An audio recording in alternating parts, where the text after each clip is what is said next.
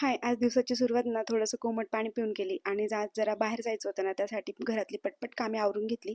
आणि मी ना बाहेर जर जायचं असलं ना, तर सॅटर्डे संडे हा दिवस चॉईस करते, कारण की हे घरी असतात आणि दोघांमधून एका कोणाला तरी सांभाळलं तरी मला भरपूर मदत होऊन जाते. तर आज मी मम्मीसोबत ना जरा बाहेर बाजारात आली होती, काही काम होतं त्यामुळे तीर्थाला सोबत आणलेलं होतं. आमची बाहेरची कामं जरा आटपली आणि निघता क्षणी ना हे आम्हाला सेलचं दुकान दिसलं, तिथे गेलो. भरपूर अशा काही गोष्टी आणि स्वस्त होत्या म्हणून त्या घेतल्या.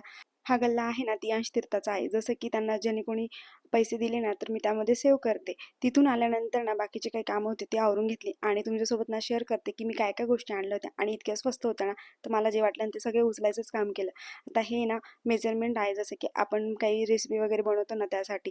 आता हुडन मी ऑनलाईन बघितलं होतं, तर 100-150च्या आत नव्हतंच, तर हे मला 30 रुपयाला भेटलं म्हणून घेतलं. आणि छोटे छोटे कंटेनर होते ना, जसं की लोणचं, चटणी वगैरे त्यासाठी.